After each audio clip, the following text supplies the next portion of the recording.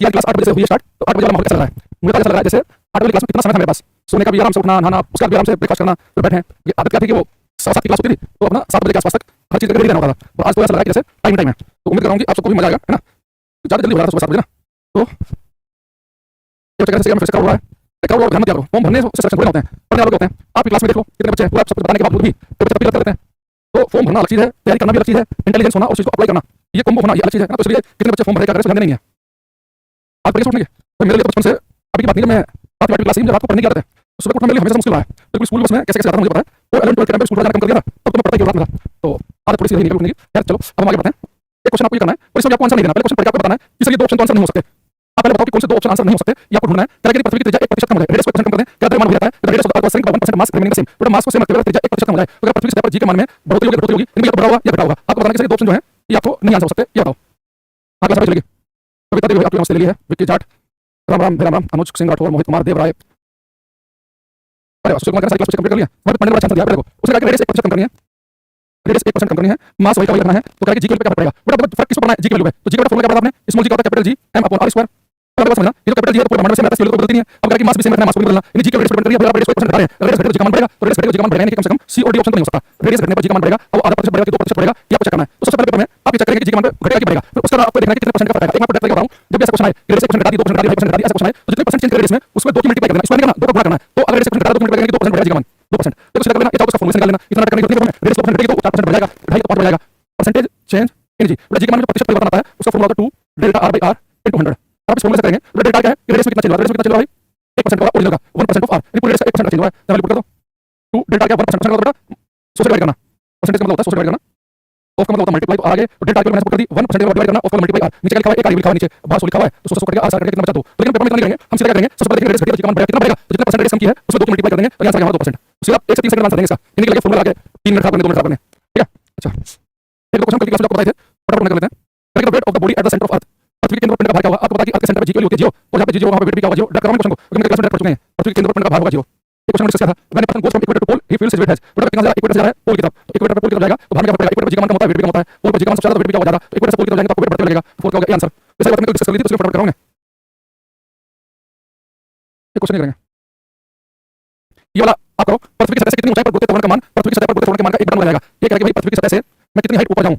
यहाँ पर जी का मान जो है गुरुत्व त्वरण जी का मान जो है सतह का 1 बटा हो जाएगा। यहाँ पर जी की वैल्यू जी है तो सर ऊपर कितनी हाइट ऊपर कितनी जाए, जी की 1 बटा हो जाए। तो मैं कहा कि ऊपर जाने पर जी की वैल्यू बदल जाती है, जी डैश, इसका फॉर्मूला होता है g upon 1 plus h upon r का होल स्क्वायर, ठीक है। और जी की वैल्यू कितनी होगी 1/9, तो जी 1 प्लस h अपॉन r का होल स्क्वायर। इसे मतलब डिस्कस कौन किसी फटाफट कराऊं, फिर तो सोचो जल्दी करें, जी से जी कट गया, दोनों का रूट लेंगे तो 3 आ जाएगा 1 प्लस h अपॉन r, तो यहाँ से 2 आ गया तो h की वैल्यू 2 r के बराबर, तो कितने ऊपर जाना पड़ेगा, रेडियस डबल, रेडियस 400 यानी कि 12800 किलोमीटर ऊपर जाना पड़ेगा, ठीक है। ये मैंने क्वेश्चन कैसे करवाया था ना, बस मैंने उल्टा करवाया था। मैंने कहा था अगर मैं धरती से कितना ऊपर जाऊं, रेडियस डबल हाइट ऊपर जाऊं, तो रेडियस डबल हाइट ऊपर जाने पर जी का मान कितना बचता है 1 बटा 9। इसने उल्टा पूछ लिया कि कितना हाइट ऊपर जाएगी, जी का मान 1 बटा 9 है सरफेस का, तो सरफेस पर जी की वैल्यू जी है तो कितना हाइट ऊपर जाएगी 1 बटा 9 है सरफेस का। तो हमें पता है कि ऊपर जाने का जी का मान कैसे बदलता है, फॉर्मूला में अप्लाई किया था, तो हमारा आंसर आ गया बी ऑप्शन, ठीक है। जो बच्चा 5 का बताओ उसका गलत है। तो अब आज की क्लास जो है हम यहां से स्टार्ट करेंगे और अपना लेंगे लिफ्ट।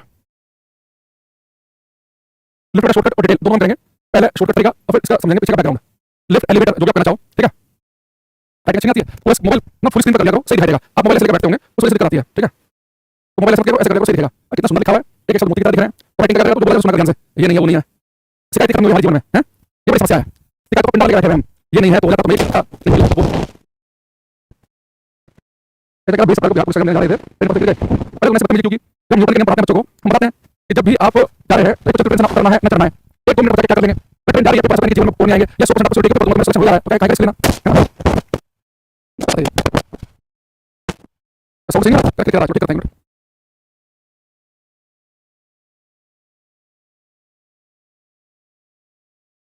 ये बच्चा का क्लिक कर रहा है, अरे ओके क्या करनी एक क्लिक कर रहा है, अब सुनना वो थोड़ा सा लूज हो गया था ना, अब नहीं होगा, सही है। आज की क्लास में यहां से स्टार्ट है, जो मैंने आपसे पीछे पूछा है वो सब कल की क्लास में पढ़ चुके थे, इसलिए मैंने फटाफट 5-7 मिनट में खत्म किया, बस आपको पीडीएफ से क्वेश्चन दिखाने थे यार। पुलिस एग्जाम में बहुत टफ क्वेश्चन पूछा था, बट मैं पढ़ाई से लगा बहुत आसान क्वेश्चन थे सारे वो। सर आपको पढ़ाया क्वेश्चन यार में मिला था, यार पेपर क्लियर मैं यार वाला पेपर देख नहीं पाया कल के पास होना यूपी में, तो एक काम करना जो बच्चा मेरे टेलीग्राम पे जुड़ा हुआ है वो टेलीग्राम में वो जो मॉर्निंग वाला मैसेज आता है ना गुड मॉर्निंग वाला, उसमें कमेंट बॉक्स में अगर हो सके तो फिजिक्स वाले क्वेश्चन है वो फोटो खींच के आप डाल देना, कमेंट में मैं चेक कर लूंगा, ठीक है। तो जो बच्चे ने आरो यार पेपर दिया हो, ये टेलीग्राम चैनल है अंकुर सर फिजिक्स के नाम पे ज्यादा जुड़े होंगे उसमें, अंकुर सर फिजिक्स, ठीक है। और इसमें से 45.5000 बच्चे हैं, उसी वाले चैनल को ज्वाइन करना है, इसमें 4-5 हजार सब बना के हमारे नाम पे फोटो लगा के, ठीक है। तो इसमें डाल देना कमेंट बॉक्स में, फिजिक्स वाला डाल देना, बाकी होती है। चलो चलो शुरू करते हैं। अब मेरा जब मैं स्टार्ट करूंगा एक क्वेश्चन के साथ शुरुआत करेंगे, और देखो अगर मेरे वाले जिस तरीके से मैं पढ़ाता हूं कि मैंने क्वेश्चन पूछा और आपने सोच के आंसर दिया और फिर मैं आंसर दूंगा तो यहां पे आपको पता चलता है कि आप सोच रहे थे और मुझे सोचना क्या था, तो जब मैं क्वेश्चन पूछता हूं ना उससे सोच के आंसर दिया करो, उससे आपको पता चलेगा गलती आप कहां पे कर रहे थे। जब मैं आंसर पढ़ लूंगा तब देखो क्वेश्चन आपसे है कि मैं लिफ्ट में हूं और ये लिफ्ट जिसके अंदर लिफ्ट के अंदर लिफ्ट लगातार एक समान चाल से कांस्टेंट स्पीड से ऊपर की तरफ जा रही है। अगर कोई लिफ्ट कांस्टेंट स्पीड से एक समान चाल से ऊपर की तरफ जाए तो उसके अंदर खड़े व्यक्ति को अपना शरीर थोड़ा भारी लगेगा, वेट ज्यादा महसूस होगा या कम महसूस होगा या कोई फर्क नहीं पड़ेगा या जीरो लगेगा, क्या होगा ये आपको बताना है। अगर कोई लिफ्ट कांस्टेंट स्पीड से नियत चाल से ऊपर जा रही हो तो क्या होगा?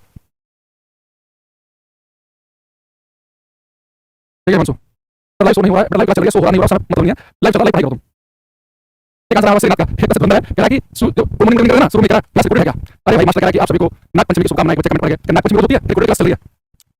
नवीन बिस्म पुनीत बिहारी बहुत सारे बच्चों का आंसर आया। कितने बच्चे कह रहे हैं कि वेट ज्यादा हो जाएगा उनका गलत है, जो कह रहे हैं कम हो जाएगा उनका और गलत है, जो कह रहे हैं कि सेम रहेगा उनका एकदम ठीक है। देखो अगर आप एक लिफ्ट में हैं तो पेपर में बच्चा कहता है कि लिफ्ट की शक्ल देखते भूख जाता है, वो कहता है लिफ्ट की शक्ल देखते वेट ज्यादा पड़ेगा कंप्लीट करेगा। लिफ्ट में आपको अपना वेट ज्यादा महसूस होता है, लिफ्ट में आपको अपना वेट ज्यादा महसूस होता है, लिफ्ट ऊपर की तरफ जाएगी एक्सेलरेट करते हुए गति से, लिफ्ट स्पीड लगातार चल रही हो आपको अपना वेट लगेगा ज्यादा, लिफ्ट नीचे की तरफ वेट लगेगा कम, और एक्सेलरेट करते हुए लिफ्ट एक ही स्पीड से ऊपर जाए या एक ही स्पीड से नीचे जाए आपको पता नहीं चलेगा। आपने देखो अगर आप ऐसी किसी भी चीज के अंदर है जिसकी स्पीड कांस्टेंट है, चाल नियत है, आप उस मोशन को फील नहीं कर पाते हो। आपने कभी देखा होगा कि आप ट्रेन में रात को एसी वाले चंबा में ट्रेन में बदल गए तो ट्रेन चल रही है तो कई बार कंफ्यूजन होता है कि ट्रेन चल रही है कि चल रही है, फिर पता होता है कि ट्रेन भाग रही है, ट्रेन चल रही है, जिस समय ट्रेन को एक ही स्पीड से चले और जब बिना झटके लगे ट्रेन को स्मूथली चले बिना किसी झटके के एक ही स्पीड से, और आप बाहर नहीं देखेंगे पूरी जिंदगी में बताओगे ट्रेन चल रही है कि नहीं चल रही है। तो जब आप जिस लिफ्ट में है और लिफ्ट एक ही स्पीड से ऊपर जाएगी आपको फर्क नहीं पड़ेगा, लिफ्ट एक्सेलरेट करेगी ऊपर को जाएगा नीचे को एक्सेलरेट को मरेगा। एक एग्जांपल बताऊंगा आप सारा गेम समझ जाएंगे। जैसे मान लो कि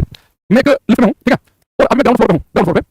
मैंने बटन दबाया 20 फ्लोर का, ध्यान सुनना, और आप देखोगे जैसे ऊपर को स्टार्ट करती है तो स्टार्ट लिफ्ट जो स्पीड से जाएगी तो लिफ्ट ऊपर की तरफ उठेगी तो अपनी स्पीड जो बढ़ाएगी तो आपको वेट ज्यादा लगेगा, लिफ्ट ऊपर उठती है ना आपको लगता है कि वेट ज्यादा लगेगा, लेकिन एक आध फ्लोर जाने के बाद अब लिफ्ट एक ही स्पीड से लगातार ऊपर जाती है तो उस दौरान आपको वेट को लगता ही नहीं है। तो भाई बिल्डिंग में जाना पहले फ्लोर जाना मान लो 30 फ्लोर पे जाना है तो शुरू के पहले फ्लोर में आपको वेट ज्यादा लगेगा, उसका लगेगा स्मूथली बिल्कुल ऐसे लिफ्ट चलेगी स्पीड से आपको वेट लगेगा। ऐसे लिफ्ट नीचे उतरती है तो शुरू में आपको वेट लगेगा, क्यों स्टार्ट करेगी जो स्पीड से 30 फ्लोर पे वहां तो स्टार्ट करेगी स्पीड बढ़ाते तो एक स्पीड से लगातार चाहिए। तो लिफ्ट में जिस समय स्पीड ना बढ़ रही हो ना स्पीड घट रही हो आपको अपने वेट में कोई फर्क नहीं पड़ेगा। लिफ्ट कांस्टेंट एक्सेलरेशन टॉलरेंस है, एक्सेलरेशन कांस्टेंट है, तो लिफ्ट कांस्टेंट एक्सेलरेशन से ऊपर जाए तो वेट ज्यादा, कांस्टेंट एक्सेलरेशन से नीचे जाए तो वेट कम, लेकिन कांस्टेंट स्पीड नियत चाल से ऊपर नीचे जाए तो कोई फर्क पड़ता नहीं है। अब जिस लिफ्ट में आप हैं अगर उस लिफ्ट का कभी तार टूट जाए तो लिफ्ट में वायर खींचे होते हैं और मान लो कि वायर टूट गए हो तो लिफ्ट ऐसे गिरेगी, इसमें कहते हैं फ्री फॉल होना, मुक्त रूप से गिरना। अगर कोई चीज केवल ग्रेविटी की वजह से नीचे आए उसमें कहते हैं फ्री फॉल होना, तो उसके अंदर खड़े व्यक्ति को अपना भार महसूस नहीं होगा, वेट नीचे लगेगा। आगे बात आपको शॉर्टकट तरीके से फिर डिटेल में आएंगे इसमें करेंगे। ये हमारे पास में एक लिफ्ट है, अब मैंने कहा आपसे ये लिफ्ट जो है ऊपर की तरफ जा रही है, एक कांस्टेंट एक्सेलरेशन चल रहा है ना, एक्सेलरेशन कांस्टेंट है, ऊपर को वेट ज्यादा है, स्पीड कांस्टेंट, स्पीड में कोई चेंज नहीं है तो वेट में कोई फर्क नहीं पड़ेगा। तो लिफ्ट ऊपर की तरफ जा रही है, एक कांस्टेंट एक्सेलरेशन नियत त्वरण ऐसे तो लिफ्ट ऊपर जाए कांस्टेंट एक्सेलरेशन ऐसे, तो इसके अंदर खड़े व्यक्ति को अपना वेट लगता है ज्यादा, तो लिफ्ट में आपको अपना वेट ज्यादा तब लगेगा जब लिफ्ट ऊपर की तरफ जा रही हो लेकिन एक्सेलरेशन के साथ। दूसरा लिफ्ट नीचे की तरफ आ रही है, लिफ्ट नीचे की तरफ आ रही है, कांस्टेंट एक्सेलरेशन ऐसे, नियत त्वरण ऐसे, नियत त्वरण ऐसे, तो इसके अंदर खड़े व्यक्ति को अपना वेट लगेगा कम, तो लिफ्ट में भार कम लगता है, लिफ्ट नीचे को आए और एक्सेलरेट करते हुए लिफ्ट में वेट लगता है, लिफ्ट ऊपर जाए पर एक्सेलरेट करते हुए। तीसरा आप लिफ्ट में जिस लिफ्ट में आप हैं अगर उस लिफ्ट का वायर ब्रेक हो जाए, लिफ्ट का तार टूट जाए और लिफ्ट ग्रेविटी की वजह से नीचे गिरना शुरू कर दे, लिफ्ट का वायर हो जाए ब्रेक, लिफ्ट क्या करे फ्री फॉल करे, वायर टूटने का मतलब फ्री फॉल करना, मुक्त रूप से नीचे गिरना, मुक्त रूप से गिरना। तो इसके अंदर खड़े व्यक्ति को अपना वेट लगेगा जीरो, यानी कि वेटलेसनेस महसूस होगी, वेटलेसनेस, वेटलेसनेस, भारहीनता महसूस होगी। तो भारहीनता महसूस होने का मतलब ये है कि मैंने कभी क्लास में जिक्र किया था कि मान लो कि आप एक लिफ्ट में हैं या कहीं पर भी हैं, अब लिफ्ट करना है, लिफ्ट का लिफ्ट नीचे गिर रही है, आपको अपना वेट जीरो महसूस होने का मतलब ये है आपको लगेगा कि आप लिफ्ट जिस लिफ्ट पे खड़े हैं ना, आप लिफ्ट आपके पैर के कनेक्शन से टूटा हुआ ब्रेक जैसे आपके पैर टिक नहीं पा रही लिफ्ट में, आपको लगेगा कि मेरा वजन जो है वो लिफ्ट पर टूट रहा है, आपको ऐसा भाव में बस कनेक्शन ब्रेक हो रहा है आपके लिफ्ट के बीच में, ठीक है। तो अगर आप एक लिफ्ट में हैं, अगर लिफ्ट ऊपर की तरफ जाए कांस्टेंट एक्सेलरेशन से तो उसके अंदर खड़े व्यक्ति को वेट ज्यादा महसूस होता है, लिफ्ट में आप हैं, लिफ्ट नीचे की तरफ आए कांस्टेंट एक्सेलरेशन से तो वेट कम लगता है, और लिफ्ट का तार टूटने पर क्या होता है वेटलेसनेस महसूस होगी, भारहीनता महसूस होगी। सब लिख देते हैं वेट जीरो का मतलब है वेटलेसनेस महसूस होना, वेटलेसनेस, भारहीनता, ठीक है। अगर आप एक नोट लिखेंगे ये सारा काम कब का है, अगर लिफ्ट एक्सेलरेशन से ऊपर जाए तो वेट ज्यादा, एक्सेलरेशन से नीचे जाए तो वेट कम, तार टूटने पर जीरो, लेकिन अगर लिफ्ट जो एक ही वेलोसिटी से एक ही वेग से ऊपर जा रही हो, यानी वेलोसिटी में चेंज ना हो, एक्सेलरेशन ना हो, लिफ्ट एक ही वेलोसिटी से नीचे की तरफ आ रही हो तो वेट में कोई फर्क पड़ता नहीं है। तब लिखेंगे इन case of lift also, in case of lift also there will be no change in weight if velocity of lift is constant। Hindi में लिखेंगे लिफ्ट वाले केस में भी भार में कोई फर्क नहीं आएगा, लिफ्ट वाले केस में भी, लिफ्ट वाले केस में भी भार में कोई अंतर नहीं आएगा, नहीं आएगा यदि यदि लिफ्ट का वेग एक समान हो, यानी कि नियत हो, कांस्टेंट हो। अगर लिफ्ट का वेलोसिटी कांस्टेंट मतलब है लिफ्ट एक ही स्पीड से ऊपर जा रही हो या एक ही स्पीड से नीचे आ रही हो तो वेट में कोई फर्क नहीं पड़ता है। अब मैं आपसे दो तीन क्वेश्चन पूछूंगा, आपको इनका आंसर देना है, ठीक है। तो सबसे पहला पहले पीछे के सारे चैप्टर खत्म करो, क्लिक सिंह सारे के सारे कॉन्टैक्ट नंबर कुछ मिलेगा, ठीक है। जरा ध्यान दो, क्वेश्चन मेरा एक व्यक्ति एक लिफ्ट में है, ध्यान सुनना, तो क्वेश्चन का कि एक व्यक्ति लिफ्ट में है और उसे अपना भार कम महसूस हो रहा है, तो ऐसा संभव कब है? तो ऑप्शन सुनना, व्यक्ति लिफ्ट में है, भार कम महसूस हो रहा है, ऐसा संभव कब है? एक ऑप्शन है कि लिफ्ट एक ही स्पीड से ऊपर की तरफ जाए, अगला ऑप्शन है एक ही स्पीड से नीचे की तरफ आए, तीसरा ऑप्शन है कि एक्सेलरेशन से ऊपर की तरफ जाए, डी है एक्सेलरेशन से नीचे की तरफ आए। तो कब होगा ऐसे आपको बताना है।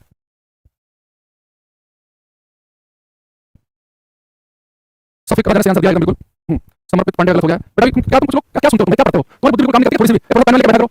पूरी क्लास बता रही है तो बच्चे भी बता रहे हैं। अरे कभी बताया मैंने आपको कि भाई लिफ्ट में अगर आपको वेट कम लग रहा है, वेट कम तभी लग सकता है, ये सब लिखा है कि लिफ्ट में भार कभी कम लग सकता है अगर कांस्टेंट एक्सेलरेशन से नियत त्वरण से लिफ्ट नीचे की तरफ आए, लिफ्ट कांस्टेंट एक्सेलरेशन से नीचे की तरफ आएगी, इसकी वेलोसिटी में से वेट में कोई चेंज नहीं होगा, वेट कम लगेगा, ये भी बता रहे हैं। भी मैं कह रहा मैंने एक ऑप्शन मैंने क्वेश्चन डाला कि एक ही स्पीड से नीचे एक ही स्पीड से ऊपर जाए, एक ही स्पीड से नीचे ऊपर जाने का मतलब ये है कि वो एक्सेलरेट नहीं कर रही, उसके वेग में कोई परिवर्तन नहीं है, तो आंसर कैसे हो जाएगा? अगर लिफ्ट एक ही वेलोसिटी से एक ही वेग से वेलोसिटी एक समान कब आएगी, वेलोसिटी कांस्टेंट का मतलब होता है कि नाइस स्पीड बदलना है डायरेक्शन, लगातार लिफ्ट एक ही स्पीड से ऊपर जाए या एक ही स्पीड से नीचे आए तो वेट में कोई फर्क नहीं पड़ता, तो लिफ्ट की वेलोसिटी कांस्टेंट है, नाइस स्पीड बदलना है डायरेक्शन, लिफ्ट एक ही स्पीड से ऊपर जाए नीचे आए वेट में फर्क नहीं पड़ेगा, एक्सेलरेट करते नीचे आए तो वेट बढ़ेगा, एक्सेलरेट ऊपर ऊपर जाए तो वेट बढ़ेगा और तार टूट जाए तो वेट 0 होगा। तार टूटने की फ्री फॉल करने का मतलब ये है कि जो लिफ्ट का जो एक्सेलरेशन है ठीक जी के बराबर होगा।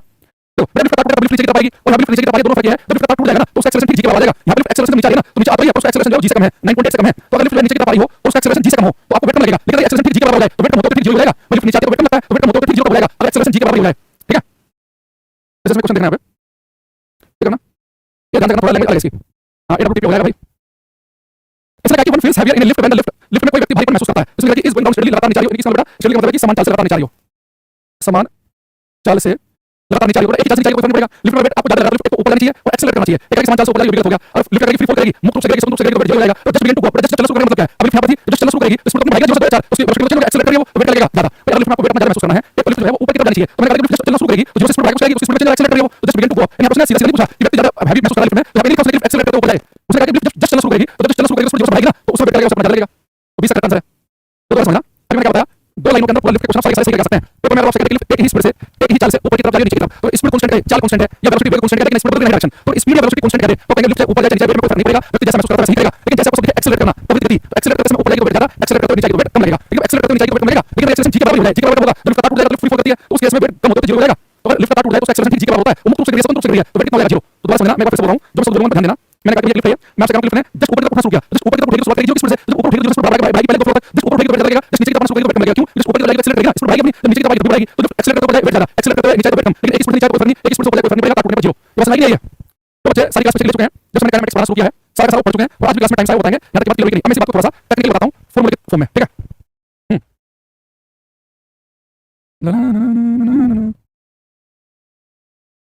अक्षय कह रहे तो आसान था बेटा, आसान था, आसान बनाया मैंने से कह दिया आसान था ये, चलो आ जाओ। अभी मैं आपको बताइए थोड़ा सा और बेहतर समझना। तो आपको याद हो जब से हमने पिछली 10-12-15 क्लास पहले से ये मैकेनिक्स पढ़ाना शुरू किया है, ओके ठीक है, तो हमने मैकेनिक्स पढ़ाना शुरू किया तो कुछ हमारे सामने आता था कि सर मास में और वेट में द्रव्यमान में भार में क्या फर्क होता है। हमने पिछली क्लास में क्लियर करने की कोशिश की कि मास द्रव्यमान का मतलब होता है कि पदार्थ की मात्रा कोई वस्तु को बनाने के लिए अगर पदार्थ ज्यादा मेटल यूज किया तो उसका मास ज्यादा है, मेटल कम यूज किया तो उसका मास द्रव्यमान कम है। लेकिन वेट क्या होता है, उस वस्तु पर धरती जितने फोर्स से अपनी तरफ खींच रही है, वेट होता है एक प्रकार का फोर्स, धरती किसी वस्तु को जितने बल से अपनी तरफ खींचेगी उस वस्तु में वेट आता था। अब हम वेट को और बेहतर तरीके से समझने की कोशिश करेंगे टेक्निकल लैंग्वेज में, बना देना, ठीक है। देखो ये मान लो कि एक लिफ्ट है और ये आपने लिफ्ट के अंदर एक वेइंग मशीन, एक तार लगा दिया, इलेक्ट्रिक वेइंग मशीन आती है ना, जो लिफ्ट जो उसमें जाते हैं जिम वगैरह में तो अपने घर में वेइंग मशीन रखते हैं वो अपना वेट चेक करने के लिए। अब मान लो किसी वेइंग मशीन के ऊपर खड़े हुए हैं, अब सबसे पहले समझो जब भी आप किसी तराजू के ऊपर खड़े होते हैं, जब भी आप किसी तराजू के ऊपर खड़े होंगे तो तराजू एक्चुअली में मेजर क्या करता है। तो मैं वेइंग मशीन के ऊपर खड़ा हूं तो वेइंग मशीन क्या चीज मेजर करने का रीडिंग दे रही है तो आपको समझना है। देखो ये आप तराजू के ऊपर खड़े हैं, आप जब इस तराजू के ऊपर खड़े होंगे तो धरती को अपनी तरफ खींचती है, तो धरती मात्रा हमें अपनी तरफ खींचती है फोर्स है, तो धरती जिस फोर्स अपनी तरफ खींचती है उसको कहते हैं mg। जब धरती हमारे फोर्स लगाएगी तो फोर्स होता है ma और धरती की वजह से जो एक्सेलरेशन पैदा होता है उसको कहते हैं g, तो धरती फोर्स में पड़ रहा है mg। ठीक, मैं इस तराजू के ऊपर खड़ा हूं ना, ये तराजू पूरा मान जाएगा, वैसे मेरे को खड़े हो भाई आप नहीं बैठे हो और मैं आपको आगे बैठ जाऊं तो मुझे खड़ा नहीं होगा आपका, अब देखो इसी को करके भागोगे आप मेरे बराबर करके भागोगे यहां से रहो तो आपको इरिटेशन होगी। तो जैसे आप इस तराजू के ऊपर खड़े होंगे ये जो वेइंग मशीन तराजू है ये भी पूरा मान जाएगा, ये पूरा मान के क्या करेगा, ये आपके ऊपर रिएक्शन देगा, प्रतिक्रिया देगा, उसमें रिएक्शन फोर्स, यानी जिस भी सरफेस पे हम खड़े होते हैं ना वो सरफेस हमारे ऊपर फोर्स लगाता है उसमें कहते हैं प्रतिक्रिया बल, रिएक्शन फोर्स, रिएक्शन फोर्स, प्रतिक्रिया बल। ये इस समय जहां पर खड़े हैं ना, मान लो इस समय मैं खड़ा हूं तो मेरे पैरों के नीचे जो फर्श है ये फर्श मेरे ऊपर फोर्स लगा रहा है, उसको रिएक्शन फोर्स। आप जहां पर बैठे हैं जहां पर खड़े हैं वो जमीन आपके ऊपर फोर्स लगा रही है, उसको रिएक्शन फोर्स, प्रतिक्रिया बल कहते हैं। अगर मान लो कि ऐसी ये लिफ्ट रुकी हुई है, इसके अंदर तराजू था तो धरती ने फोर्स लगाया नीचे की तरफ और एक फोर्स लगाया आपके ऊपर वेइंग मशीन ने, प्रतिक्रिया बल ऊपर की तरफ। अच्छा देखो मैं भी लिफ्ट है ना तो ऊपर की तरफ जाएगा नीचे की तरफ रुकी हुई है, ये दोनों फोर्स आपस में बैलेंस होंगे, तो जो आ रहा है इसके बराबर mg के लिए एक्चुअल होता क्या है, जब भी आप किसी तराजू के ऊपर खड़े होते हैं ना वो तराजू एक्चुअल में मेजर करता है। अब जिस तराजू के ऊपर खड़े हो वो तराजू एक्चुअल में रिएक्शन फोर्स को मेजर करता है कि मैंने कितनी रिएक्शन लाई। अगर मान लो कि जमीन पर खड़े हैं, जमीन को भागे नीचे वाले सब अपनी जमीन पर हैं, ग्राउंड में हैं, तो ये वेइंग मशीन आपकी रिएक्शन फोर्स, लेकिन रिएक्शन फोर्स किसके बराबर होता है mg के, इसलिए कहते हैं कि हमारा वेट mg है। एक्चुअल में आपसे पूछे कि जो कोई भी जो वेइंग मशीन है, जो कोई भी तराजू एक्चुअल मेजर करता है, वेइंग मशीन मेजर करती है नॉर्मल रिएक्शन कितनी लाई, उसका प्रतिक्रिया बल कितना लगाया, लेकिन प्रतिक्रिया बल किसके बराबर होता है mg के बराबर, इसलिए हमारा वेट mg है। यानी कि अगर नॉर्मल में ऐसे खड़े हैं तो हमारा जो वेट है वो नॉर्मल रिएक्शन के बराबर होता है, हमारा वेट होता है नॉर्मल रिएक्शन के बराबर और नॉर्मल रिएक्शन mg के बराबर है, इसलिए मैं कहता हूं कि मेरा वेट mg है। लेकिन अगर गेम कब जाएगा, अब मान लो ये लिफ्ट जो है अगर ये लिफ्ट ऊपर की तरफ भाग रही है एक्सेलरेशन से, अगर लिफ्ट एक त्वरण से ऊपर की तरफ भागे अब क्या होगा, तो आपको पता है कि F इक्वल टू होता है m और मैंने आपको बताया था जो F नेट फोर्स होता है। अब आप देखना ये लिफ्ट ऊपर की तरफ भाग रही है, आपके ऊपर एक फोर्स लगा ऊपर तराजू का नॉर्मल रिएक्शन, ये धरती का फोर्स लगा mg। अब एक फोर्स लगा ऊपर एक नीचे तो नेट फोर्स आएगा, डिफरेंस लेकर अगर ऊपर की तरफ भाग रही है तो ऊपर फोर्स को मान लेंगे, नेट फोर्स कितना जाएगा r - mg, तो किसके बराबर है m के बराबर, तो r किसके बराबर होगा mg + m। याद सुनना जो मैं बता रहा हूं, यानी कि अगर आप ऐसे ही खड़े थे तो उस समय नॉर्मल रिएक्शन क्या थी mg, तो मेरा mg के बराबर था, लेकिन लिफ्ट एक्सेलरेशन से ऊपर की तरफ भागेगी तो रिएक्शन जो mg + m के बराबर है, लेकिन लिफ्ट ऊपर की तरफ भागती है एक्सेलरेशन से एक त्वरण से, तो आपका जो वेट है वो mg नहीं है। अब जो तराजू वेट मेजर करेगा mg + m करेगा, यानी mg में कुछ जुड़ा है, यानी कि आपको अपना वेट लगेगा, यानी कि जब मैं ऐसे खड़ा होता हूं तो मैं ऐसे खड़ा हूं तो मेरा वेट कितना है mg, लेकिन लिफ्ट एक्सेलरेशन से ऊपर भागती है, अब मेरा वेट mg नहीं है वो कितना है mg + m है। तो कोई आपसे पूछे कि जब कोई लिफ्ट ऊपर की तरफ भागती है एक्सेलरेशन से ऊपर की तरफ भागेगी तो आपको अपना वेट कितना महसूस होगा, आप कहेंगे जब लिफ्ट ऊपर की तरफ भागेगी तो मुझे अपना वेट महसूस होगा टोटल वेट mg + m है। तो नॉर्मली हमारा वेट mg होता है, अगर लिफ्ट ना भागी होती तो मेरा वेट कम होता, एक्सेलरेशन से ऊपर भागे तो mg + m है, यानी कि m जुड़ गया, यानी कि वेट लगेगा, तो कितना एक्स्ट्रा वेट लगा, तो एक्स्ट्रा कितना होगा टोटल वेट, तो एक्स्ट्रा कितना होगा m के बराबर। लिफ्ट ऊपर की तरफ भागेगी तो कितना वेट आपको एक्स्ट्रा महसूस होगा m के बराबर, समझ बात को। मैंने क्या कहा, अगर आप लिफ्ट में से खड़े हैं तो आपका वेट mg है, लिफ्ट में से खड़े हैं mg, लेकिन लिफ्ट एक्सेलरेशन से ऊपर की तरफ भागेगी तो आपको mg महसूस नहीं होगा, mg + m महसूस होगा। तो कोई आपसे कह दे कि लिफ्ट ऊपर की तरफ जा रही है एक त्वरण से, आपका टोटल वेट कितना, बोलेंगे mg + m है, एक्स्ट्रा कितना महसूस होगा, mg तो वही है, एक्स्ट्रा कितना महसूस होगा m के बराबर। ऐसे ही लिफ्ट नीचे की तरफ एक्सेलरेशन से अब क्या होगा, सेकंड देखते हैं देखो, ये मतलब फिर से एक तराजू के ऊपर खड़े हैं तो धरती फोर्स लगाएगी वो mg होता है, सरफेस फोर्स लगाएगा उसको नॉर्मल रिएक्शन कहते हैं। मान लो कि लिफ्ट एक्सेलरेशन से नीचे तो आपके दो फोर्स काम कर रहे हैं, एक mg नीचे रिएक्शन फोर्स ऊपर, तो f क्या होता है m के बराबर, यहां पे f मैंने बताया नेट फोर्स। अब लिफ्ट नीचे तो फोर्स मान लो तो नेट फोर्स आएगा mg - r, तो mg - r हो गया m के बराबर, और r निकालेंगे तो आएगा mg - m। बट हमारा जो वेट होता है रिएक्शन होता है, अब हमारा वेट कितना है mg - m, लिफ्ट नीचे की तरफ आएगी तो मुझे अपना वेट लगेगा mg - m, लेकिन mg तो एक्चुअल वेट होता है, mg में से कुछ घटाने को मुझे वेट मिलेगा। जब लिफ्ट नीचे की तरफ आती है तो आपको अपना टोटल वेट कितना लगता है mg - m, तो हमारा वेट कुछ नहीं है, हमारा वेट सरफेस की रिएक्शन, जो भी सरफेस की रिएक्शन होगी मेरा वेट है। लिफ्ट ऊपर की तरफ तरफ जाएगा तो सरफेस की रिएक्शन कितनी है mg plus ma, तो मैंने कहा कि मुझे अपना टोटल वेट लगेगा mg plus ma के बराबर। लिफ्ट नीचे की तरफ आएगी तो रिएक्शन कितनी है mg minus ma, तो मुझे अपना टोटल वेट लगेगा mg minus ma के बराबर। तो वेट में कितनी कमी आ गई, लॉस इन वेट हो गया ma के बराबर। ये लिफ्ट ऊपर की तरफ जाती है तो कितना वेट आपका बढ़ता है ma, तो लिफ्ट नीचे की तरफ आती है कितना वेट घटता है आपका ma। यहाँ पे एक है लिफ्ट एक्सेलरेशन, लिफ्ट का त्वरण है तो कितना हो जाएगा ma। तो समय आपको जब लिफ्ट ऊपर की तरफ जाती है तो आपको अपना वेट ज्यादा क्यों लगता है, क्योंकि लिफ्ट ऊपर की तरफ जाएगी तो नॉर्मल रिएक्शन होगी mg plus ma, तो mg में क्या जुड़ रहा है ma, इतना वेट आपको एक्स्ट्रा लगेगा। लिफ्ट नीचे की वेट में लगेगा, रिएक्शन क्या है mg minus ma, mg में जो घटा है ma उतना वेट आपको कम लगेगा। तो हमारा वेट कुछ और नहीं है, वो सरफेस की रिएक्शन है, जिस सरफेस पर खड़े हैं वो जितनी रिएक्शन आपको लगाएगा उतना ही वेट आप महसूस करेंगे। अभी आप खड़े जमीन पर, जमीन ऊपर भाग नीचे भाग रही तो आपका रिएक्शन जो है mg के बराबर है, इसलिए आप कहते हैं कि वेट mg है। लेकिन लिफ्ट ऊपर की तरफ जाएगी तो वेट mg plus ma हो जाएगा, लिफ्ट नीचे की तरफ आएगी तो mg minus ma हो जाएगा। तीसरी चीज अब देखो, अगर मान लो ये जो लिफ्ट है अगर ये कांस्टेंट वेलोसिटी से ऊपर नीचे जाएगा तो क्या होगा, अगर मैं इसी केस में लिफ्ट जो है इसकी वेलोसिटी कांस्टेंट रखूं, कांस्टेंट वेलोसिटी, तो मैं क्लास में बताया था कि कांस्टेंट वेलोसिटी नियत वेग का मतलब होता है, और किसी वस्तु की वेलोसिटी कांस्टेंट है, वेलोसिटी को चेंज नहीं है। कांस्टेंट वेलोसिटी का मतलब है कि एक्सेलरेशन 100% होगा। भाई एक्सेलरेशन कब होगा, वेग परिवर्तन की दर, वेग चेंज वेलोसिटी, जब वेग में कोई परिवर्तन नहीं है, वेलोसिटी को चेंज एक्सेलरेशन होगा 0, ये एक वैल्यू होगी, इतना पार्ट 0 होगा, इन सब आपको वेट कितना लगेगा mg के बराबर लगेगा। तो मैंने कहा वेलोसिटी कांस्टेंट हो तो वेट में कोई फर्क नहीं आएगा, तो mg लगेगा। ऐसे लिफ्ट नीचे की तरफ आ रही हो लेकिन एक्सेलरेशन से ना आकर अगर वो कांस्टेंट वेलोसिटी से नीचे आए, नियत वेग से नीचे आए, तो कांस्टेंट वेलोसिटी का मतलब है कि त्वरण 0 होना, एक वैल्यू 0 होगी, पार्ट खत्म हो गया, फिर आपको अपना वेट कितना लगेगा mg। यदि लिफ्ट कांस्टेंट वेलोसिटी से ऊपर जाए या कांस्टेंट वेलोसिटी से नीचे की तरफ आए, नियत वेग से ऊपर जाए नीचे जाए, वेट में कोई फर्क नहीं पड़ेगा, आपको mg लगेगा। लेकिन वेलोसिटी कांस्टेंट होकर एक्सेलरेशन हो तो फिर ऊपर जाते समय वेट mg प्लस ma, नीचे जाते समय वेट mg माइनस ma। अब समझ आता है कि मैंने कहा आपसे कि आप जहां पर भी हैं, आप जिस जगह पर हैं, मान लो कि लिफ्ट के अंदर खड़े हो गए, लिफ्ट अभी रुकी हुई है तो क्या होगा कि धरती आपके ऊपर फोर्स लगा रही है mg, सरफेस रिएक्शन लगा r, तो ये r mg बैलेंस कर रहे हैं, लिफ्ट ऊपर नीचे तो रिएक्शन mg है, जो भी रिएक्शन कोई वेट है, लिफ्ट की रिएक्शन mg है, वेट mg, लिफ्ट ऊपर भागेगी reaction mg plus ma, mg plus ma, lift नीचे की तरफ आएगी reaction mg minus ma, mg minus ma, लेकिन कांस्टेंट वेलोसिटी से ऊपर नीचे आए एक्सेलरेशन 0 तो ऊपर जाते हुए वेट mg और नीचे जाते हुए वेट mg। वही बात टाटा प्राप्त होगा ना, उसमें दो चीजों को केवल देखते हैं कि मान लो कि पत्थर है यहाँ पर, इस धरती से फोर्स खींचा उतना वेट यहाँ पे लो, उधर दूसरी फोर्स खींचेगी वहां पे दूसरे को बैलेंस कर रहा है वो फोर्स प्रेशर आपको मान लो किसी एक गैस दूसरे गैस पर जाना हो ना, तो आपको बहुत बढ़िया से वेट के बारे में पता करना हो तो ये वाला सही रहता है। वहां पे तो दो चीजों को आप कंपेयर कर रहे हैं। अब देखो, और इसी में मैं आपसे कहता हूँ तीसरा केस कि लिफ्ट का पार्ट टूट जाए तो क्या होगा। देखो ये लिफ्ट है, अगर इसका वायर ब्रेक हो जाए, लिफ्ट का वायर ब्रेक, तो लिफ्ट का वायर ब्रेक हो जाएगा तो लिफ्ट जो है उसका एक्सेलरेशन जी के बराबर हो जाएगा, तार टूटते लिफ्ट करेगी, मुक्त रूप से गिरेगी, फ्री फॉल करेगी। तो अब जब तार टूट जाएगा तो गिरेगी नीचे, तो नीचे आते समय आपको मैंने बताया था कि हमारा वेट क्या होगा नीचे आते समय mg minus ma, रिएक्शन होती है mg minus ma, लेकिन लिफ्ट का तार टूट जाएगा तो हो जाएगा जी के बराबर, तो जी के बराबर तार टूटने पर रिएक्शन कितनी होगी mg minus एक जगह क्या करेंगे mg minus mg, रिएक्शन 0, आपको अपना वेट क्या 0। अगर आप जिस भी जगह पर हैं अगर रिएक्शन 0 है तो आपका वेट 0 है। अब इस बात को मैं और अच्छे तरीके से बताता हूं, आपको ध्यान देना, आपको ध्यान रखना है कि अगर कोई लिफ्ट एक एक्सेलरेशन से ऊपर की तरफ जा रही है तो आपका वेट है mg plus ma, यानी कि आपको टोटल वेट कितना महसूस होगा mg plus ma। अगर पूछे लिफ्ट ऊपर जा रही है टोटल वेट कितना महसूस होगा mg plus ma, एक्स्ट्रा कितना महसूस होगा ma, mg तो एक्स्ट्रा ma, लिफ्ट एक्सेलरेशन से नीचे की तरफ आ रही है तो वेट कितना महसूस होगा, टोटल वेट लगेगा mg minus ma, या वेट में कमी कितनी आएगी ma के बराबर। लिफ्ट का तार टूट जाए तो एक्सेलरेशन जी के बराबर हो जाएगा तो वेट लेसनेस महसूस होगी, वेट लगेगा 0। तो यही बात मैंने आपको शुरुआत में सोच बताई, तो कैसे स्टार्ट किया हमने, पहले पेपर के साथ थोड़ी क्वेश्चन के साथ रखो, लिफ्ट एक्सेलरेट करते हुए ऊपर जाए तो वेट ज्यादा लगता है और लिफ्ट एक्सेलरेट करते हुए नीचे तो वेट कम लगता है, तार टूटने पर 0 लगता है, ऊपर जाए एक्सेलरेट करते हुए वेट ज्यादा लगता है, कितना एक्स्ट्रा लगेगा ma के बराबर, नीचे से कितना लगेगा ma के बराबर, ऊपर से टोटल कितना महसूस होगा mg तो होता है extra ma, mg plus ma total महसूस होगा, नीचे से महसूस होगा mg minus ma, तार टूटने पर 0, वेलोसिटी कांस्टेंट है तो मैं पता है कि वेलोसिटी कांस्टेंट हो, वेग नियत हो, तो यानी कि एक्सेलरेशन 0, ये पार्ट 0, ये भी 0, यानी कि जितना वेट होता है उतना महसूस होगा। ठीक है, केमिस्ट्री का स्टार्ट हो गया, केमिस्ट्री बताएगा नहीं पता सर में। अच्छा एक चीज अगला क्वेश्चन आपसे पूछ रहा हूं, इसका आंसर आपको देना है। अगर मैं आपसे कहूं एक 60 किलोग्राम का व्यक्ति है, इसका मास 60 केजी है, एक लिफ्ट में है, ये लिफ्ट 1 मीटर पर सेकंड स्क्वायर के एक्सेलरेशन से ऊपर की तरफ जा रही है, तो इसके अंदर खड़े व्यक्ति को अपना टोटल वेट कितना महसूस होगा। 60 किलोग्राम का व्यक्ति एक लिफ्ट में है, जो लिफ्ट 1 मीटर पर सेकंड स्क्वायर के त्वरण से ऊपर की तरफ भाग रही है,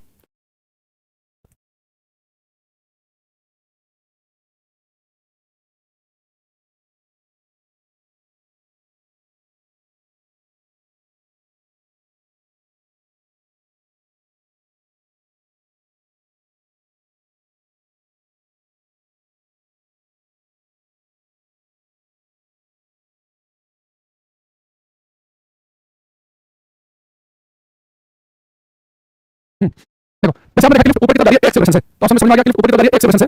तो इसके अंदर टोटल वेट कितना महसूस होगा mg plus ma, total weight पूछा कि टोटल भार कितना महसूस होगा mg प्लस ma के बराबर, m के लिए 60, नंबर mg के लिए 10 मान लिया करो, टाइम है 60, एक्सेलरेशन 1 तो 600 प्लस 60 यानी टोटल वेट महसूस होगा 660 न्यूटन का। अगर पूछता है कि एक्स्ट्रा वेट कितना महसूस होगा, एक्स्ट्रा वेट कितना महसूस होगा, एक्स्ट्रा वेट कितना होता है m में, तो मास 60 एक्सेलरेशन 1 तो एक्स्ट्रा वेट महसूस होगा 60 न्यूटन, यानी कि एक्स्ट्रा वेट कितना था mg यानी कि 600 न्यूटन, एक्स्ट्रा महसूस हुआ 60 न्यूटन, ये एक्चुअल में था, ये एक्स्ट्रा महसूस हुआ, यानी टोटल वेट 660, खाली एक्स्ट्रा पूछता तो 60 बढ़ा देते आप। ठीक है, लिफ्ट अगर ऊपर की तरफ जाए, मैंने यहाँ पर मास पूछा 60 किलोग्राम, मैंने वेट पूछा है कि 60 किलोग्राम का व्यक्ति लिफ्ट में है, लिफ्ट जब ऊपर की तरफ भागेगी तो टोटल वेट कितना होगा, लिफ्ट जब ऊपर की तरफ भागती है टोटल वेट होता है mg प्लस ma, तो यहाँ पे m को मान ले लो तो 60 आ गया, g 10 और 1 कितना लगेगा, 60 मल्टीप्लाई करोगे 60 न्यूटन बन जाएगा। ठीक है, अच्छा एक और करना ध्यान से, इसमें थोड़ा सा बुद्धि लगाना। एक व्यक्ति है, इसका मास 50 किलोग्राम, द्रव्यमान 50 किलोग्राम है, एक लिफ्ट में है, ये लिफ्ट 2 मीटर पर सेकंड की कांस्टेंट वेलोसिटी से नियत वेग से ऊपर की तरफ भाग रही है, इसके अंदर खड़े व्यक्ति को अपना टोटल वेट कितना महसूस होगा। अगर एक लिफ्ट 2 मीटर पर सेकंड के नियत वेग से ऊपर की तरफ जा रही है तो उसके अंदर खड़े व्यक्ति को अपना टोटल वेट कितना महसूस होगा। अभिजीत कुमार सिंह, समर्पित पांडे, शशिकांत यादव, विकास, अमित 9.8 लोग या 10 लोग पेपर में देगा, आपको जीके क्या माननी है उसमें आपको टेंशन लेने की जरूरत नहीं है।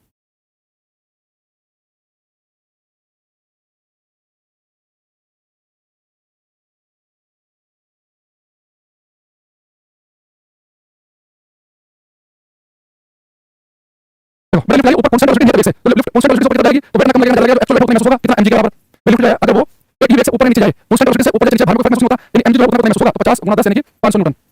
इनका 500 न्यूटन ठीक है। बेटा ये जो है ये एक्सेलरेशन नहीं, मीटर पर सेकंड स्क्वायर में वेलोसिटी है वेग, तो मैंने आपको बताया कि वेलोसिटी कांस्टेंट हो, अगर वेलोसिटी कांस्टेंट हो तो कोई फर्क नहीं पड़ता, लिफ्ट वाले केस में भी भार में कोई अंतर नहीं आएगा, लिफ्ट का वेग एक समान हो। In case of lift also there will be no change in velocity, there will be no change in velocity of lift constant, lift की वेलोसिटी कांस्टेंट है तो वेट में कोई फर्क नहीं आएगा, जैसा आपको लगता है जमीन पर खड़े होकर वैसे लगेगा, तो लिफ्ट की वेलोसिटी कांस्टेंट है तो वेट आपको mg महसूस होगा, लिफ्ट ऊपर जाए नीचे जाए, लेकिन लिफ्ट एक्सेलरेट करते ऊपर जाती तो mg प्लस ma करते, लिफ्ट एक्सेलरेट करते नीचे जाती तो mg माइनस ma करते हैं। 500 आ गया। तो रखने में जल्दीबाजी करने में और समझ करने में इतना ही फर्क है, 2-4 सेकंड चल सकते हैं। आपने मुझसे एक बात हमने क्या बताया, आप आप ये 7 क्लास के बच्चे को समझा सकते हो, थोड़ी बुद्धि उसके अंदर या उससे कोई लिफ्ट में है, अगर वो लिफ्ट एक ही वेलोसिटी से ऊपर जाए या नीचे जाए तो आपका वेट जमीन पे mg होता है ना, आपको लिफ्ट में भी mg महसूस होगा ना, mg से ज्यादा लगेगा ना कम लगेगा, क्यों? क्योंकि हम लिफ्ट में होते हैं या कहीं पर भी होते हैं, हमारा वेट होता है, हमारे ऊपर नॉर्मल रिएक्शन कितनी है, प्रतिक्रिया बल कितनी है, तो लिफ्ट में है, लिफ्ट एक ही वेलोसिटी से एक ही वेग से ऊपर जाए नीचे जाए तो नॉर्मल रिएक्शन mg के बराबर ही थी, mg लगेगा, लेकिन लिफ्ट की वेलोसिटी वेग जितना होता है एक्सेलरेशन तब वो कांस्टेंट हो, तो कांस्टेंट एक्सेलरेशन से ऊपर जाएगी तो mg प्लस m लगेगा टोटल वेट, कांस्टेंट एक्सेलरेशन से नीचे जाएगी तो mg माइनस m लगेगा और टोटल वेट 0 लगेगा। हैं? और कितनी क्लास होंगी? सबसे पहली क्लास देखा बता रखा है टोटल लेक्चर कितने होंगे, है ना? और पढ़ना है क्लास नंबर कितने बताएगा, नंबर कितने बताते क्लास में। अब देखेंगे अपन प्रोजेक्टाइल मोशन और क्षेत्र गति, प्रोजेक्टाइल मोशन और क्षेत्र गति, ठीक है? प्रोजेक्टाइल मोशन अननोन एक्सेलरेशन हो, अननोन का मतलब क्या है तुम्हारा सबसे ज्यादा बताओ, हैं? तो बच्चों किसी क्लास में आते हैं बस उन्हें कमेंट पढ़ ले मास्टर, कुछ भी कमेंट करा, एक बच्चा भी आधे घंटे से कमेंट कर रहा था, अब थक गया वो चला गया, एक और आ गया कुछ भी लिखने क्लास में, आपने सही मूवी देख लिया, आपने ये कर लिया, कहते हैं टीचर का अटेंशन मिले, पार्ट उसमें बोले टाइम पास कर दूंगा, तो जीवन में कुछ करना नहीं, अब वो ध्यान के मोबाइल खोल लिया, अब वो पता कमेंट कर रहा उसमें, मूर्ख बना रहा है सब दुनिया को। अब प्रोजेक्टाइल मोशन जब क्षेत्र गति में आते हैं पूरा समाज स्टार्ट करते हैं, डिटेल में पहले जा पाएंगे इसके अंदर। देखो सेल्फ वेलोसिटी से वेलोसिटी का मतलब ये है कि हम ये कहना चाह रहे हैं कि लिफ्ट एक ही स्पीड से ऊपर की तरफ जा रही है, तो मैं कह रहा हूं लिफ्ट एक ही स्पीड से ऊपर की तरफ जा रही है या एक ही स्पीड से नीचे की तरफ आ रही है, ये कहते हैं कि वेलोसिटी कांस्टेंट है, कांस्टेंट मतलब है कि एक ही तरफ जा रही है एक ही स्पीड से, ये ना हो कि वो एक ही स्पीड से ऊपर नीचे कैसे जा रही है, इसलिए वो क्लियर करने के लिए लिखा हमने। अब देखो यहां पर प्रोजेक्टाइल मोशन क्षेत्र गति क्या है, बस हमको प्रोजेक्टाइल क्षेत्र होता क्या है। अब जो है कि आप जो है अपने पास में कोई चीज ले लो, जैसे कि मैंने पत्थर लिया उसे फेंक के मारो, ठीक है? ठीक है, कोई भी चीज अगर आप किसी कोने पर फेंक कर मारते हो वही प्रोजेक्टाइल है, आप उसको सकते होंगे बहुत दोस्तों फेंक दी ये प्रोजेक्टाइल है, पत्थर लिया फेंक दिया प्रोजेक्टाइल है, हाथ में कुछ सामान लिया फेंक दिया प्रोजेक्टाइल है, गधा घोड़ा कुत्ता भैंस पत्थर बोल जिसे आप मन करे उसको प्रोजेक्टाइल कह सकते हैं, उसे आपको एक बार ठोक करना है किसी कोने पर, और किसी को एक बार ठोक कर दिया और उसके बाद ग्रेविटी की वजह से नीचे गिर रही है वो प्रोजेक्टाइल है। अब अगर हेलीकॉप्टर वगैरह को एरोप्लेन को प्रोजेक्टाइल नहीं कह सकते, लेकिन इंजन लगाओ लगातार ताकत मिल रही है, प्रोजेक्टाइल नहीं, बस एक ही बार ठोक करना है, एक ही बार फेंक के मारना है, तो जो भी चीज आपने एक बार किसी अंदर फेंक दिया वो प्रोजेक्टाइल बन गया, ठीक है? आगे देखना ये हमारे पास में ये ग्राउंड है, यहाँ पे हमने एक फुटबॉल ली, इस फुटबॉल को मैंने फेंक के मारा मान लो कि यू वेलोसिटी से यू वेग से ठीक एंगल पे, ठीक है? तो ऐसे जगह यहाँ पे टकराएगा, तो जहाँ से आपने फुटबॉल फेंकी और जहाँ पे जाके टकराई इन दोनों पॉइंट के बीच की दूरी है, इसे कहते हैं हॉरिजॉन्टल रेंज, इसे कहते हैं क्षैतिज पास। तो आज जो है ये हमारी टकराएगी हॉरिजॉन्टल रेंज, क्षैतिज पास, हॉरिजॉन्टल रेंज क्षैतिज पास, ये बीच में है, ये वाला बीच में बनेगी मैक्सिमम हाइट, ये भी है, ये भी हाइट ये बीच में बनेगी मैक्सिमम हाइट, यहाँ से क्या है मैक्सिमम हाइट अधिकतम ऊंचाई, मैक्सिमम हाइट, ठीक? अब मैं आपसे पहले 3 सेपरेट क्वेश्चन पूछ रहा हूँ, अगर किसी बच्चे को एक भी क्वेश्चन आंसर नहीं पता उसके लिए बहुत जल्दी बात है। देखो मान लो इस क्लास में कुछ बच्चों में शर्त लगी, कुछ बच्चों में शर्त लगेगी, हम सब बॉल फेंकेंगे, देखते हैं किसकी बॉल ज्यादा दूर लगेगी, आप चार बच्चे रहोगे तो आपको सीधी सी बात है जो बच्चा तेजी से बॉल फेंकेगा स्पीड से फेंकेगा दूर जाएगी, उसकी एक फेंक कैसे रहा है यहाँ के बड़ी पर एक फेंक रहा है उसकी बॉल दूर जाएगी, लेकिन अगर चार बच्चे सेम स्पीड में फेंक दें, पहले वाले को स्पीड बॉल को दूसरे वाले को स्पीड तीसरे में चौथे में भी तो बॉल किसकी दूर जाएगी, फिर सेकंड डिपेंड करेगा एंगल पे, कोण पर, भाई सिंपल सी बात है स्पीड फेंकेगा उसको दूर जाएगी, कम स्पीड पहले जाएगी, पर स्पीड चारों की सेम है तो एंगल इंपॉर्टेंट लगेगा, तो उस बच्चे को दूर लगेगा आपको पता बचपन से जो जमीन से कितना बढ़ाएगा मैक्सिमम हॉरिजॉन्टल रेंज प्राप्त करनी है, अधिकतम क्षैतिज पास प्राप्त करनी है, अगर सारे बच्चे सेम स्पीड से फेंकें तो सेम स्पीड मैक्सिमम एंगल 45 पर, तो लेंगे for maximum horizontal range, for maximum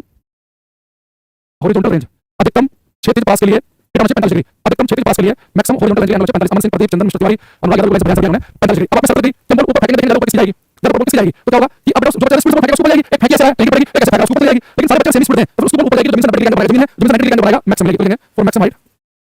अधिकतम ऊंचाई के लिए 90 डिग्री, ठीक है? अधिकतम क्षैतिज पास के लिए 45 और मैक्सिमम हाइट के लिए 90। तीसरा बड़े किसी पत्थर को किसी कोण पर फेंकते हो ऐसा पथ फॉलो करता है, इस मार्ग को बोलते हैं पैराबोलिक, कर लेते हैं trajectory of projectile is parabolic, और क्षेत्र का मार्ग पैराबोला का होता है, और क्षेत्र का मार्ग